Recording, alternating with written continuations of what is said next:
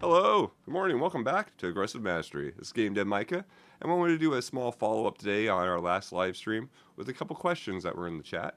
One of them being, if you recreated your project using LLMs or AI, then how close do you think you would be to replicating your work? And if close, is that because the AI tool is as advertised or because of your prompting? It's a good question, and I can tell you've used these tools a bit.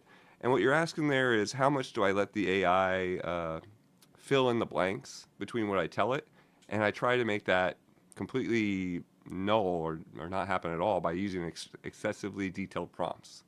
And it's kind of counterproductive because you spend so much time developing the logic, showcasing the logic, and having the AI then just convert it to C++. But I'm really using this right now as a learning tool. Or rather, I know how to do very efficient blueprints, and all it has to do is convert a branch to an if statement, which is the blueprint version of if is a branch, and that's it. Basically, I'm putting all my logic down diagram and then just having it convert it. I'm doing that really because of the hate around AI and also because of the ability for AI to hallucinate. And what hallucination is all learned language model does, and all these large models are doing, is getting a percentage chance of what the next letter it's going to put into the environment is. So it's procedurally generating content off of the seeds that you give it. And the seeds that I'm giving it, my prompt, is all the logic. And that way it doesn't have to do very much, if any, generation. It's just converting. It sees a branch, it converts it to an if. It sees a loop, it breaks it into an actual loop done in C++ where it uses branches or a while and reduces down to increment. And a lot of these things are already being done or are being done in blueprints. So I'm shying away from using any of the generation aspect because of the amount of hallucination that happens, and you have to go back and police it. And that's great. I mean, people can guide it, and you can get lots of work done with very simple prompts. But then I find, and I think everyone finds, that as you let the AI write anything, even if it does work, if you want to modify it, if there's a problem with it, you aren't really aware of what's going on at that point. I mean, especially the bigger the project gets. So right now I'm using it very much as a conversion tool where I have all my logic done and I'm just converting it to C++. To hopefully not have people get too upset about the use of AI if I do use it in a project, which right now we're even not doing that, but we want to. I think everybody wants to, and I mean, like, we're going to be doing it. You know, everyone's going to be doing it, and so I think this is the safest way to do it right now, is to do all the code so you have all the credit on what the systems are, but then just convert it to a more efficient manner, being C++, if you're stuck in blueprints, so to speak. When I was not yet into C++ as much, knowing C#, it's just another language, and with blueprints, it's like, all right, just got to do this work. And it makes it a lot easier not to fumble around in text, and misspellings happen, capitalizations happen. The AI will actually do that itself, cause those problems for you if you don't police it well. So yeah, you're asking how close it is to my replicating my work. It would be 1-to-1 because I'm just converting my work. Another question was, what local models do you use? Since you said local's better. Local's not better per se, but it can be cheaper. I have a 4090, so that's obviously not cheap. I bought it, but it was only $1,600 back when crypto was all we were really worried about. But I do have a 5060, which is 16 gigs of RAM, and you're really just looking at the amount of RAM on the video card for speed.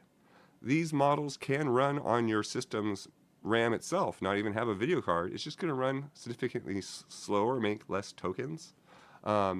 So if you want the best, smartest model, the reason you want the best, smartest model, like right now I believe Fable 5 is about 100% accuracy is what they're proclaiming. That's really because you're going to use generation. And when you're generating something, the smarter the model is, the less it's going to wander off or and do things you weren't asking for or touch stuff you weren't asking it to touch. And that's why you want a really smart model, is for when you actually want it to generate code instead of converting. when you're converting your own logic that works just to another language, which is what I'm doing, you can use a pretty dumb model, which means it doesn't need to be on a 4090. You could probably get it on a 16 gig card with a lower amount of quality on how it generates the percentages, because it's not having to generate as much. It's just converting. It's saying branch to if.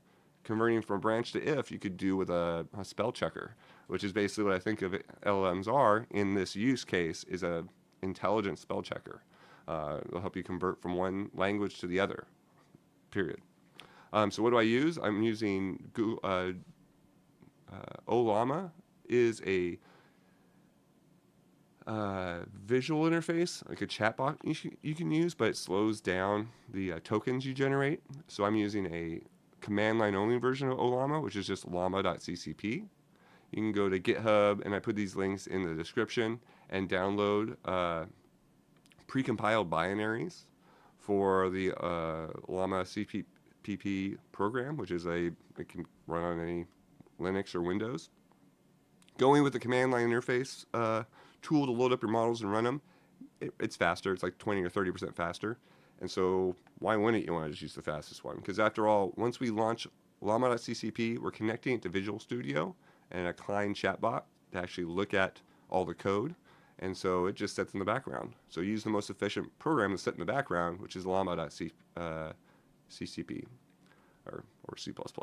I'm using the Windows CUDA 12 because I'm on a 4090, and I have to download the additional CUDA DLLs. So you download the Llama itself, and then you'll download, if you got a NVIDIA card, the CUDA driver set is about 20 to 30% faster too than using a different card like an AMD or Intel card. So by being on Llama CCP, the command line interface, by using a NVIDIA card, you get like a 30% boost in your token rate versus using a non-NVIDIA card and a chatbot like Ollama with an O in front of Llama. So go here, download llama.ccp. I have, then I'm using Google's open source model, which is Gemma 4, and it's a 26 billion parameter, which is how many things that were considered in making the weights for the estimates on what the next letter is that go in the model. So the more parameters you have, typically the better the chances it's going to guess the right thing next when you don't tell it exactly what to put next, which we do with the diagrams. So when you download one of these, like this one, 16 gigs, 15.4, it's going to eat up most of the memory on your GPU.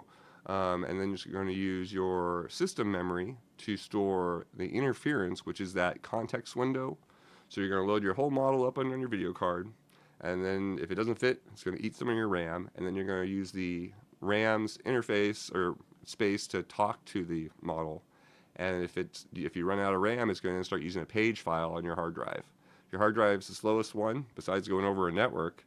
So, fitting these models into your system or having a powerful system will mean that you can just talk to it forever. You can set up, and the hard part here is I'm running Unreal Engine 5, which itself wants some video memory on my PC, and at the same time I'm running Llama and this LLI on there, or LLM on here, which is eating up all the resources. When you're rendering 3D, it is going to eat your video card and slow down or stop the AI from talking. So it would be best to have 2 GPUs or to use your onboard GPU for the Unreal editor, which is weird, right? Like I have 2 PCI slots, I will, pardon me, split that out as I get more heavy about it. But when I'm doing these conversions, I'm not letting it run forever. It doesn't take very long. It does this really quick. It's mostly my preparation time in building the functions and blueprints and making the diagrams nice and clear so I can do the conversion. And yeah, if you can just code it in C++, which you will be able to do after you do enough conversions and look at it and learn all the language, do it in C++. Just skip this part. But this is really for when you're a blueprint-focused developer and you want to convert some key areas to C++ with ease. LLMs can do it for you. Take a picture, send it over there. And then for FreeWise, I was having some issues when we were on here last, which is getting this interface. So this is just chatgtp.com.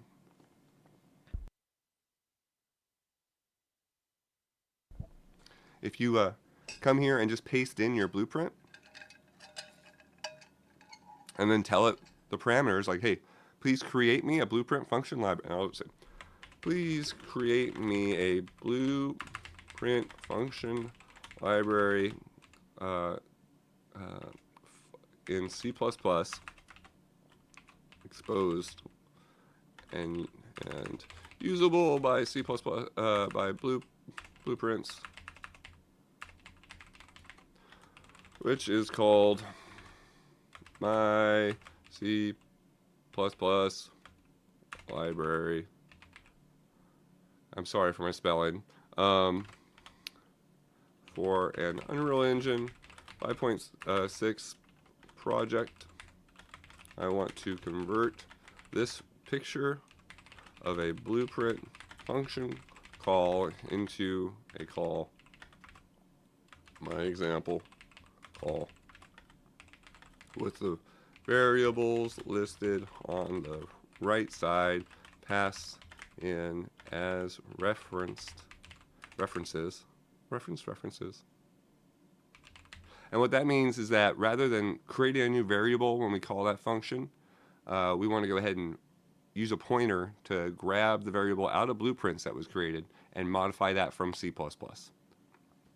There's lots of ways you can do it, more efficient ways you can do it, like storing everything in C++. But this way, we build a function just like any node you would find in your blueprint and can just call it. And it modifies the values that were sent in, any arrays that were sent in. And then you can just use them in blueprints. And then we need to fire up something and actually send it in. So like here's my just small sidebar. Here's where I've installed Llama CCP.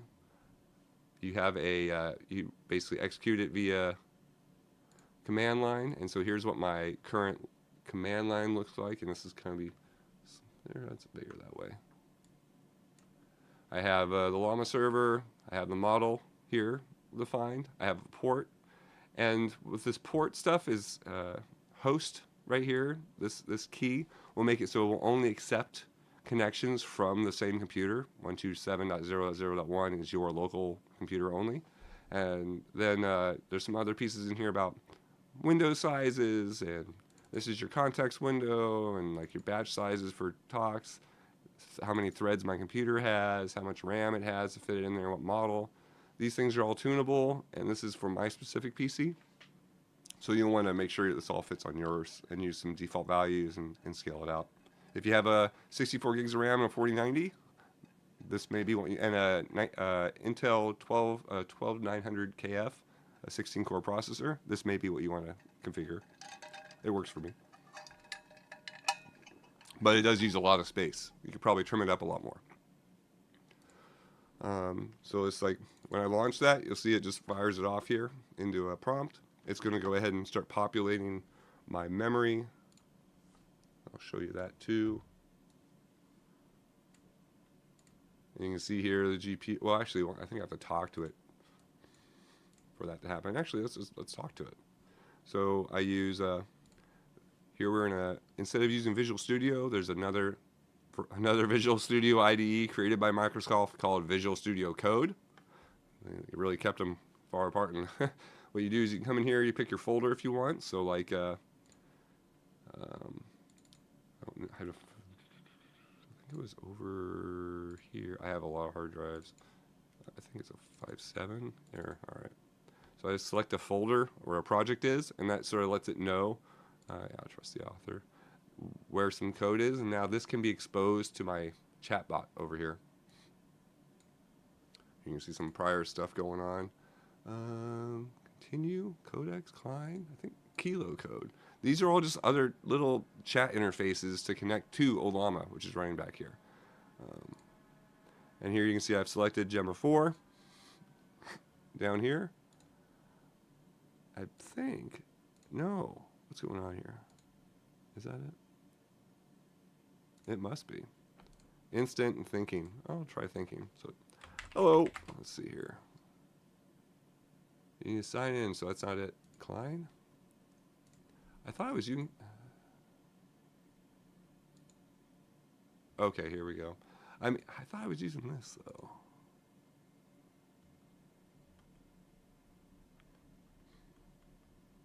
There we go. All right. So here's the local Gemma 4, and you can set your different thinking on it. Hello. And you can use Klein or Kilo code. I think when I updated, I was having some issues connecting Klein, so I downloaded Kilo. It will come in here, and it should connect over. We should be seeing the memory start to load up. Yeah, so you can see on my GPU, it's loaded up all my VRAM, and up here it's starting to load up my actual RAM as it's asking these questions. It will take a few minutes to basically warm up the model, and then it will answer me eventually. After the first answer, it will answer more fast. Rather than sit here and think about this, same time I want to show, oh, there we go. User said hello, so now the model started thinking. You can kind of see the speed going on. But that's when you can then start pasting in images into the chat box here. It then is aware of the environment. Can you tell me what calls are exposed with blueprint functions in C++? Yeah, let's just try that. See if it finds the... But mainly just showing here the speed of the LLM on my local system. It's pretty quick. I mean, it's not taking forever. Of course, I'm on a 4090. The less RAM you have, the more it's going to have to go to slower memory and storage to reply to you, so the longer this stuff will take.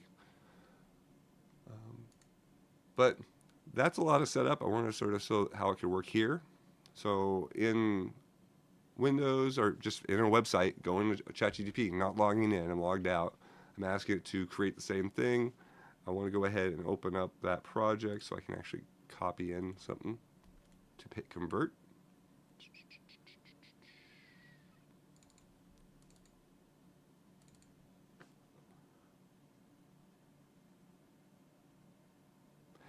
Oh yeah, so here I'm trying to open UE with the model loaded, and you can start to see we're going to have a lot of memory eaten up too.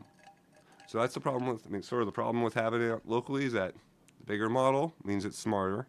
The more storage it's going to need, the more powerful machine you're going to need. You can outsource that by using the cloud. A $10 a month subscription to GitHub's UI or AI partner, whatever, will let you use a whole bunch of different LLMs for pretty cheap and do the same thing.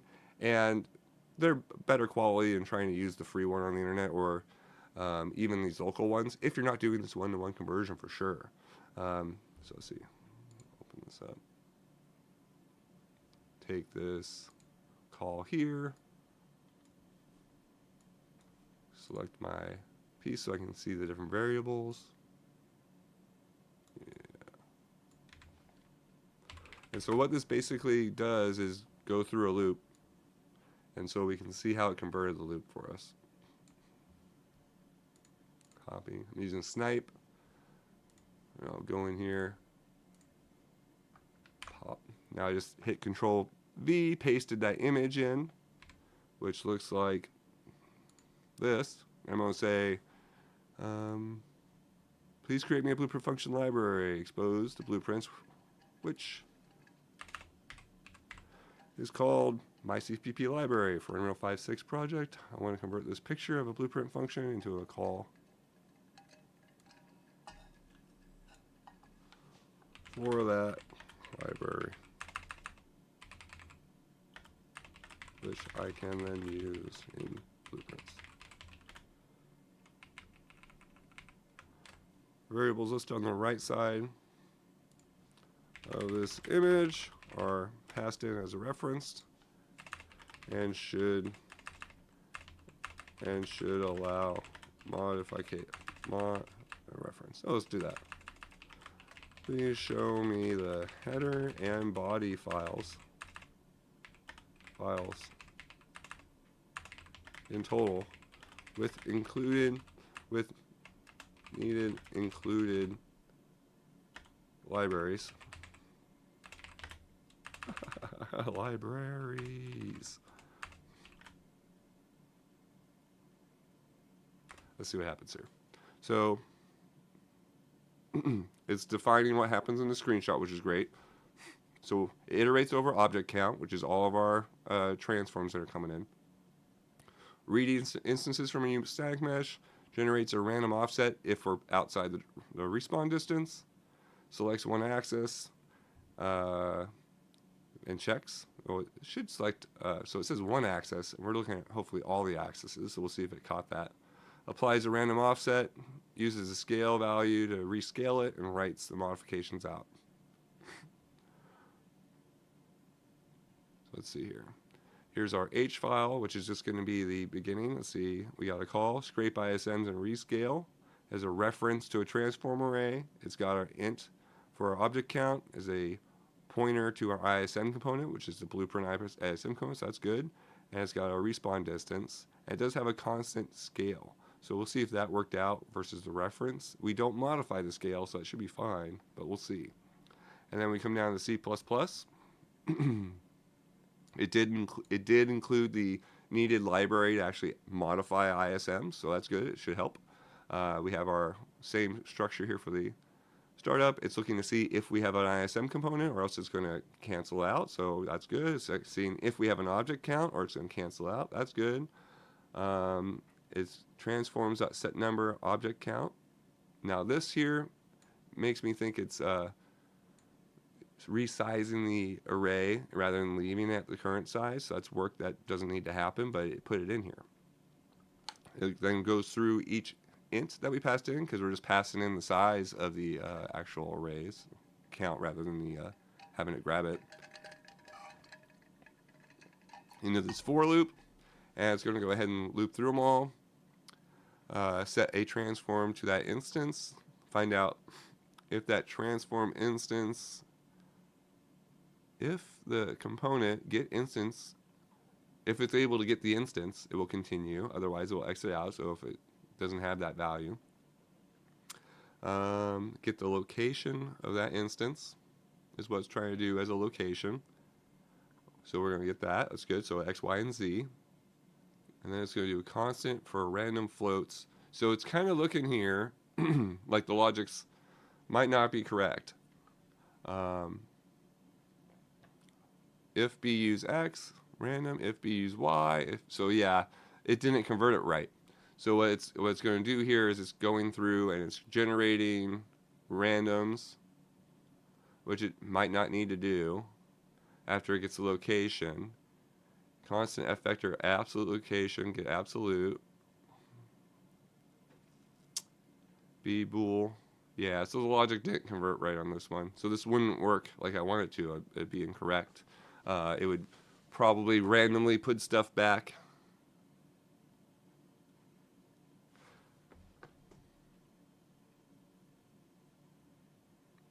And if I didn't read through it, I wouldn't know, right? So what you would do is you would copy this in to these my CPP library.cpp. So we'd have to go into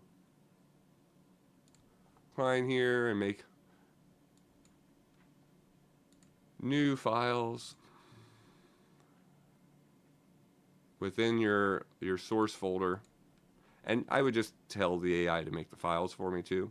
In client code, just turn it from plan to code mode, and you could then type it in here. You'll paste in your image, have it modify it. What we'd find out is that, hey, it's not doing what I want. We'd then go back and start talking to the AI. Hey, why aren't you doing what I want? And then start digging through the code like we just looked at. And this is the hassle with LLMs. So if you're not on top of your code and policing it, it's writing what it wants to write. It might start being wrong and start going back and forth. And you can tell we could just sit here and start troubleshooting this thing for the next hour. We're already at a half an hour looking at it.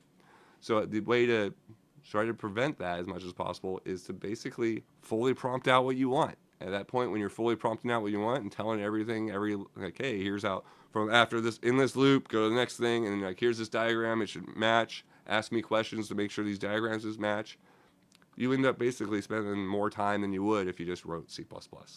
So the only real question at that point, and what most people would probably say is, yeah, why would you use this? Is because if you can define it out, it will write the C++ much faster than you can.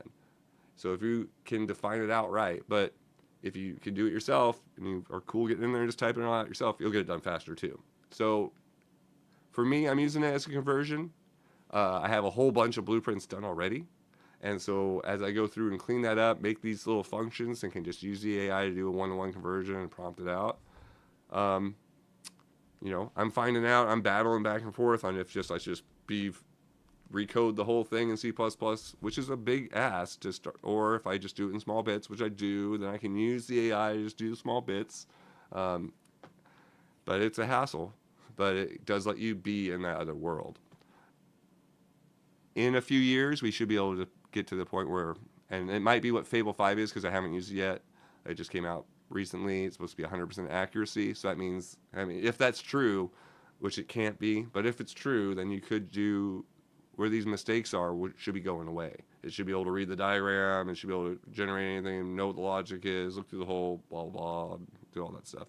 But we're not there yet, but we're getting really close, and we will be there soon. So I'm excited about that.